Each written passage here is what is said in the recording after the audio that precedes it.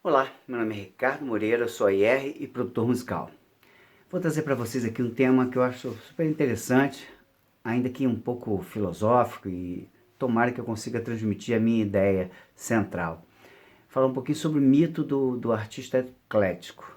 Então, assim, o que é o mito do artista eclético? É porque muitas vezes as pessoas mitificam essa coisa do artista eclético como se o artista eclético fosse uma qualidade híbrida que qualquer artista pudesse ter, basta que ele opte. Eu vou ser eclético. As coisas não são normalmente assim. Então, primeiro, é bom que se saiba que ser eclético não é ter a vontade de cantar todo tipo de repertório, todo gênero. Isso não é ser um artista eclético. Querer cantar todo tipo de gênero e de canções diferenciadas se chama indecisão. Indecisão artística. Isso precisa ser curado. Isso é um desvio. Porque, particularmente, eu não acredito muito nisso. Eu acho que todo artista que carrega ainda essa indecisão é porque não achou sua verdade. Tem que achar a sua verdade. O que você gosta? Qual é o artista que você mais admira? É, Se você é compositor, você compõe em que direção? Né? Na direção de que tipo de estética? Se você é um cantor, com o que você realmente se filia? Você se filia a MPB? Se você se filiar ao sertanejo, esse novo sertanejo aí, ok. Mergulha no sertanejo.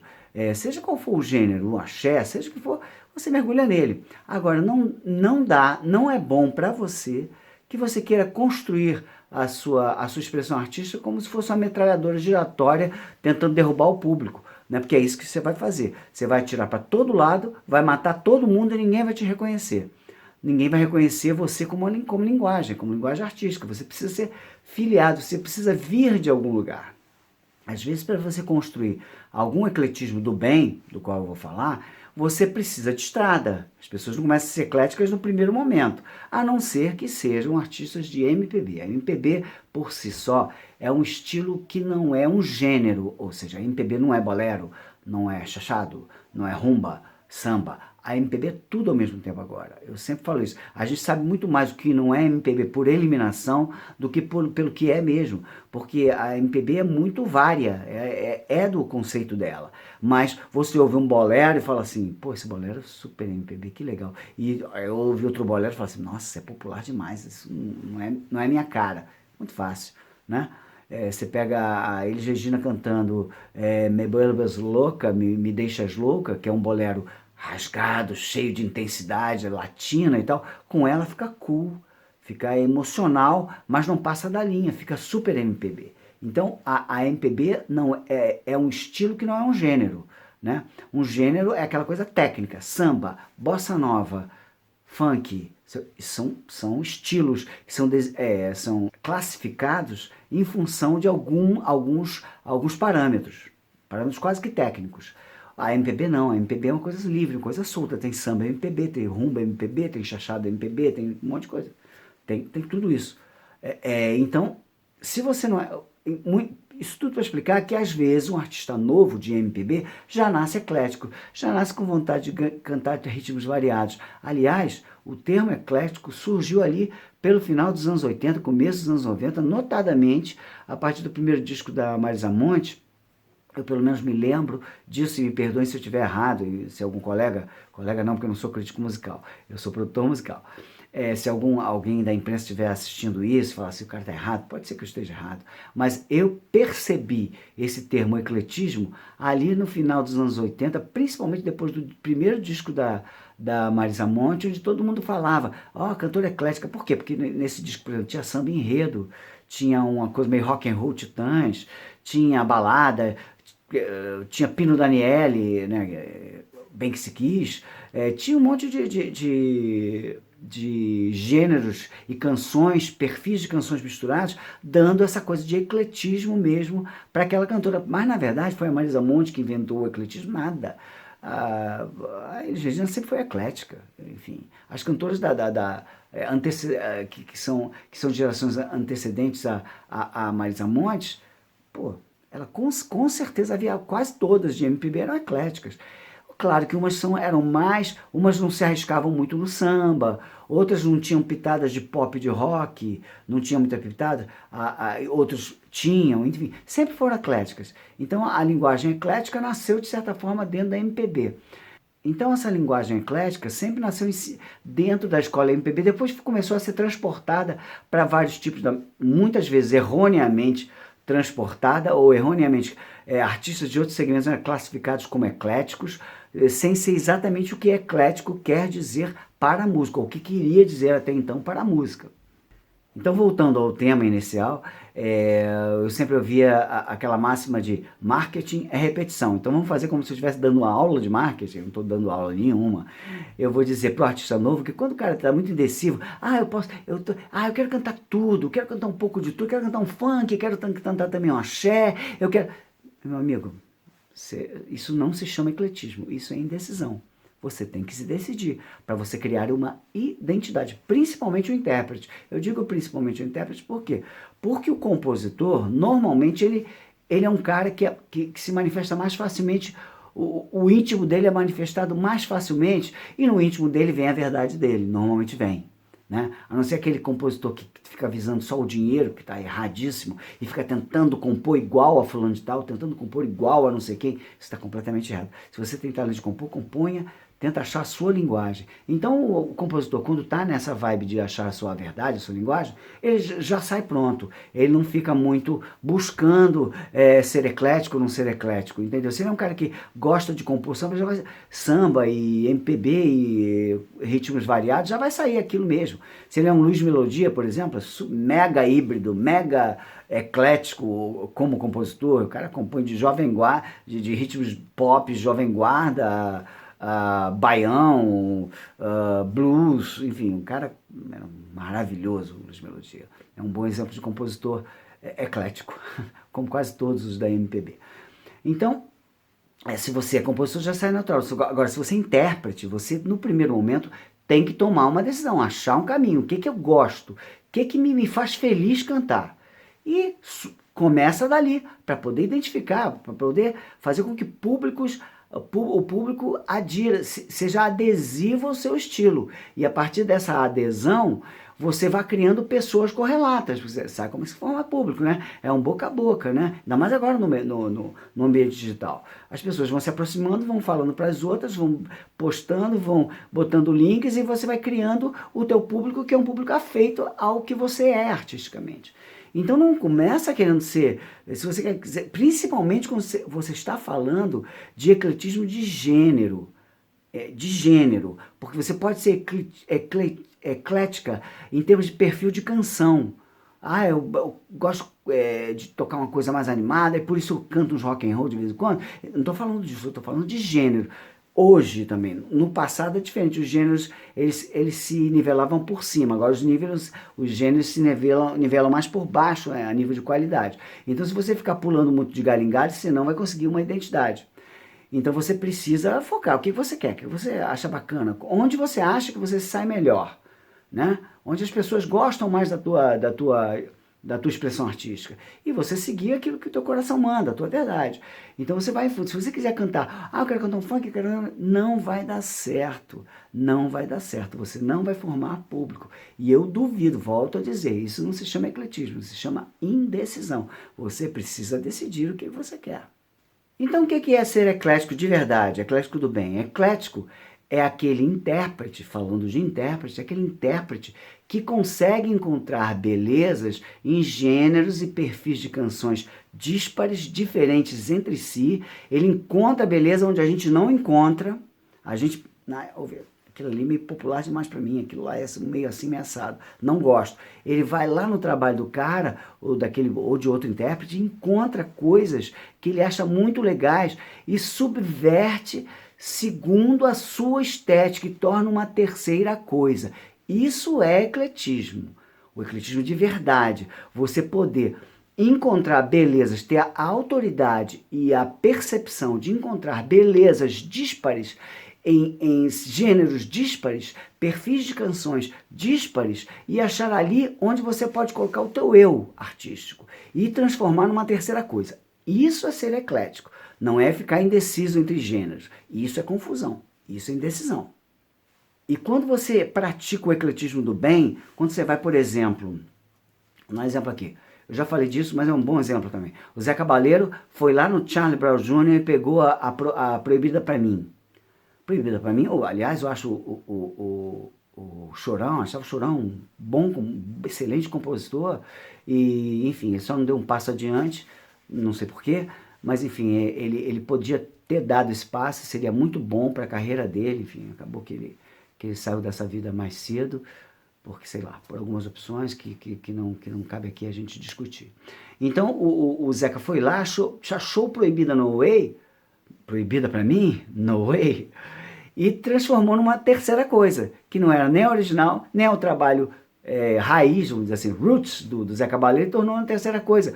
E o que acontece com isso? Ele conseguiu falar para o público dele, e falar assim, olha aqui que canção legal. Aí o público dele olhou e falou assim, e não é que esse Chorão, esse Charlie Brown Jr. pode ter coisas interessantes? E o cara foi lá escutar. E o público do Charlie Brown Jr. ouviu e falou assim, pô, que visada bacana, que coisa legal que esse cara fez. Que coisa legal que esse cara fez. Ele foi lá buscar um trabalho dessa banda que eu gosto tanto, que é o Charlie Brown Jr. E, pô, esse cara é legal. Quer dizer, atraiu o público do Charlie Brown Jr. para ele. Não todos. Com certeza tem parte do público mais radical, dos esquetistas mais radicais do Charlie Brown Jr. que vomitavam ao ouvir o Zé Cabaleiro cantou Proibida Pra Mim. Mas eu diria que boa parte, ao contrário, se achou lisonjeado por um artista de MPB encontrar no Charlie Brown Jr. uma música que pudesse ir para esse outro campo, ou seja, a música que eu gosto pode se comunicar com muito mais gente do que eu imaginava, né? E passou a aderir ao Zé Cabaleiro. Isso é ser ecletismo do bem, fazer bem ao teu trabalho individual, mas aí você tem que você tem que ter muito chão, até você conseguir fazer isso. Muito chão, aí você começa na tua base MPB, seja qual for, e você depois dá essa sacada e traz a coisa para você e transforma. Tem que transformar, não é fazer cover.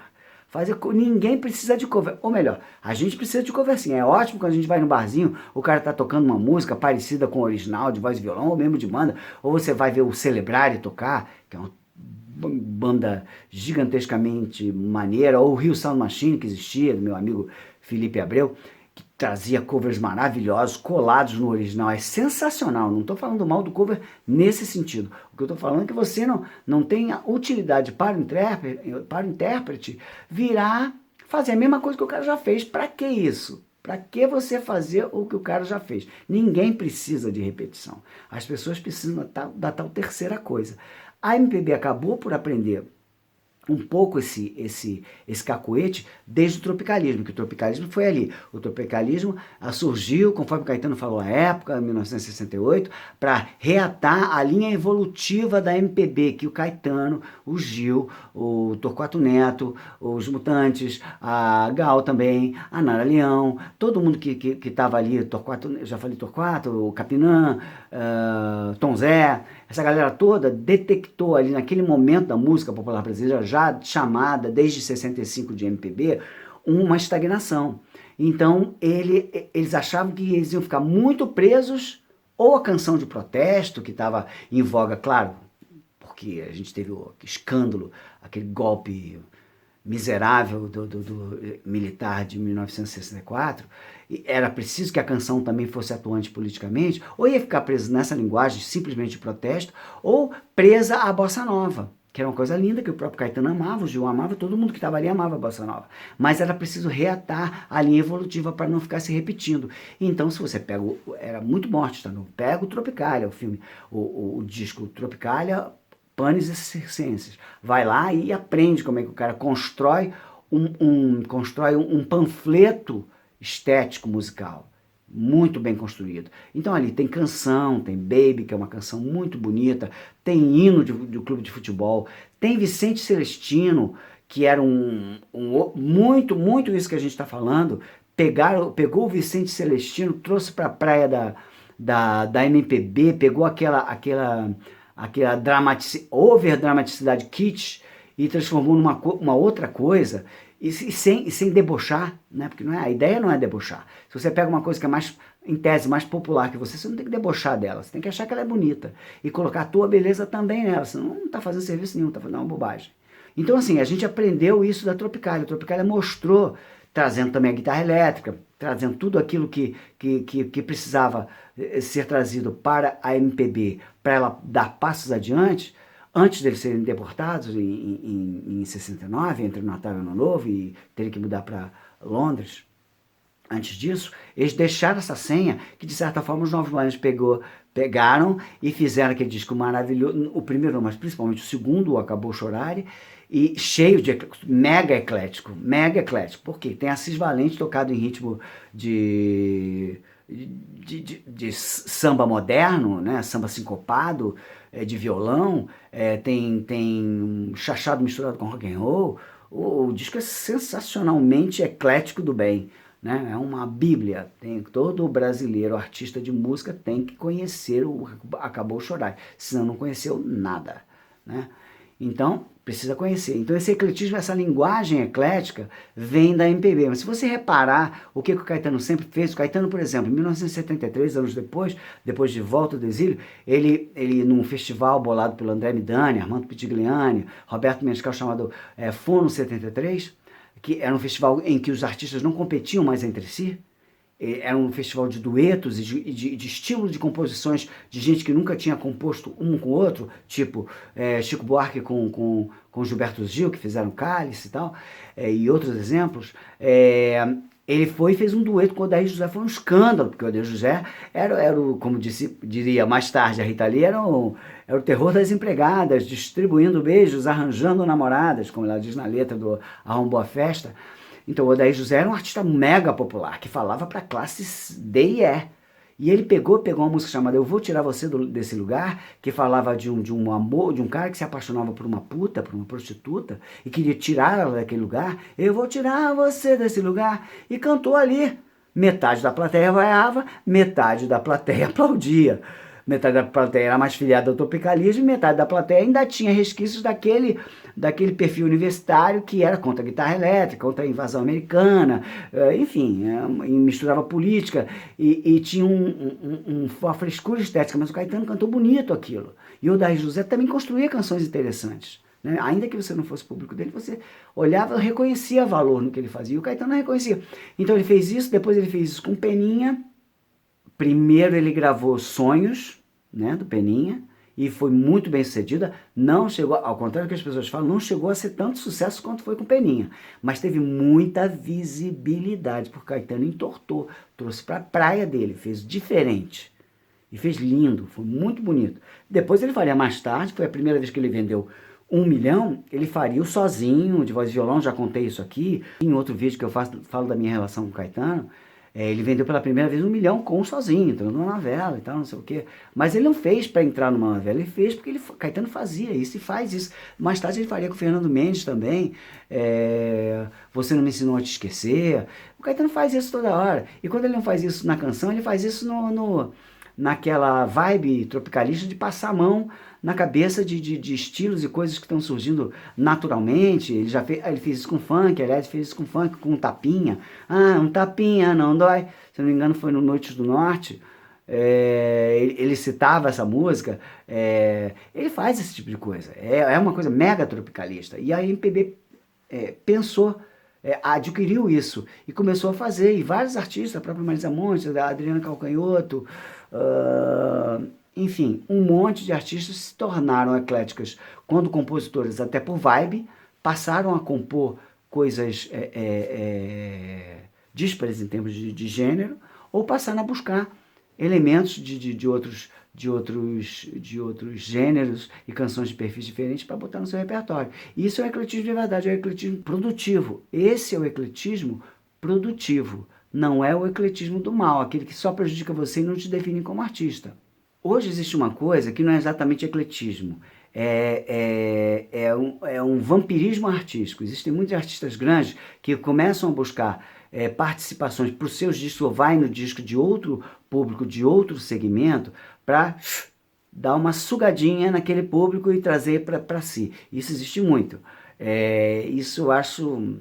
Assim, eu como AIR não recomendaria, não acho isso útil. Realmente eu não acho isso útil. E eu acho que quanto mais você mistura um estilo com o outro, olha, isso não é voz comum, aliás, não é senso comum mesmo. Eu vou estar falando e vai ter um monte de gente que não concorda, mas eu não estou nem aí, porque eu quero dar minha opinião produtiva, aquela opinião do cara que trabalhou como AR um monte de tempo e entende que são as diferenças que a gente vende diferenças, a gente não vende afinidades, a gente vende diferenças. Então um artista tem que ser diferente do outro. Então se você começa a misturar o gênero, agora tem um funk axé, agora tem um axé sertanejo, agora tem um funk sertanejo. Eu acho ruim, porque se você não faz uma coisa nem outra, mistura os públicos, os gêneros perdem a identidade, né? E as pessoas começam a escolher dentro daquele bolo um artista só, um ou dois que ele gosta, enquanto poderia, como houve uma sobreposição de camadas de gênero no ouvido do público, hoje em dia o público é capaz de gostar de coisas que no passado não gostaria, porque há diferentes qualidades de produção artística, produção fonográfica, de produção musical, hoje existe. Então, quanto mais você estratifica, mais você perde. É isso que eu acho.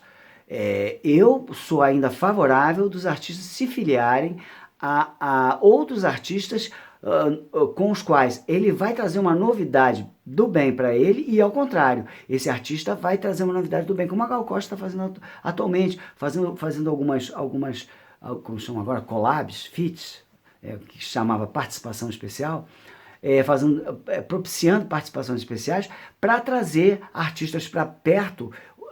Aí é uma coisa mega útil, porque a Gal tá mostrando o artista novo que tem talento para o público dela e pro público daquele artista que não conhecia a Gal Costa, ou achava a Gal Costa velha, ultrapassada, vai ouvir aquela voz maravilhosa. A Gal Costa é uma das melhores vozes femininas que o Brasil já teve. Vai ouvir aquilo e vai falar assim, nossa, que bacana, poxa, eu tenho que ouvir mais Gal Costa. Aí quando vai lá nos anos 70 da Gal Costa, nos anos 80 da Gal Costa, não tem como se apaixonar. Mulher é demais. Ou seja, são os feats e os ecletismos do bem. Esses são coisas que fazem realmente resultado. Então o resumo da ópera é assim, ecletismo do mal é aquele que você faz porque está indeciso. Você quer gravar um monte de estilos, ou está gravando, ou está cantando um monte de estilos, porque você está indeciso. Você não é eclético, você é um indeciso. E você faz um show de churrascaria, né? Com todo respeito à churrascaria. E aos artistas que lá militam. Por quê? Na churrascaria. Por que se fala música de churrascaria? Porque na churrascaria há um encontro de classes sociais, de pessoas que têm gostos musicais diferentes. Então, um cantor da churrascaria tem que cantar todo tipo de música para agradar a todos. Então, se você não quer cantar numa churrascaria, o que é muito digno, não tem nada de errado, você quer fazer um trabalho, você não vai ficar com essa indecisão, chamando de ecletismo a sua indecisão, não vai fazer isso. Você vai começar a sua carreira optando pela sua verdade, opta pela sua verdade, segue em frente nela. Quando você tiver consistência de público, consistência de reconhecimento, aí você pode buscar aqui e ali belezas que você identifica. Não é o gênero, ou o público daquele gênero, ou o público daquele gênero. Encontre belezas que você ache que vai fazer um olhar diferenciado sobre elas. Isso é o ecletismo do bem, e isso é o verdadeiro ecletismo.